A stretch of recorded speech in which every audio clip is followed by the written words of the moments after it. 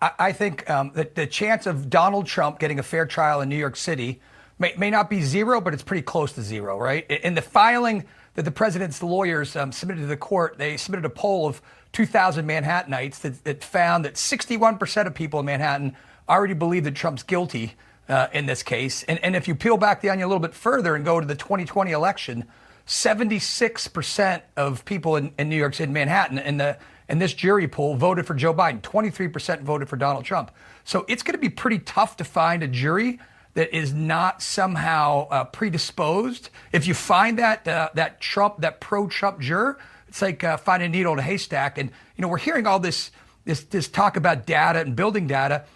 I think in the year 2024, the fact that we're relying on jurors to self-report bias is kind of crazy.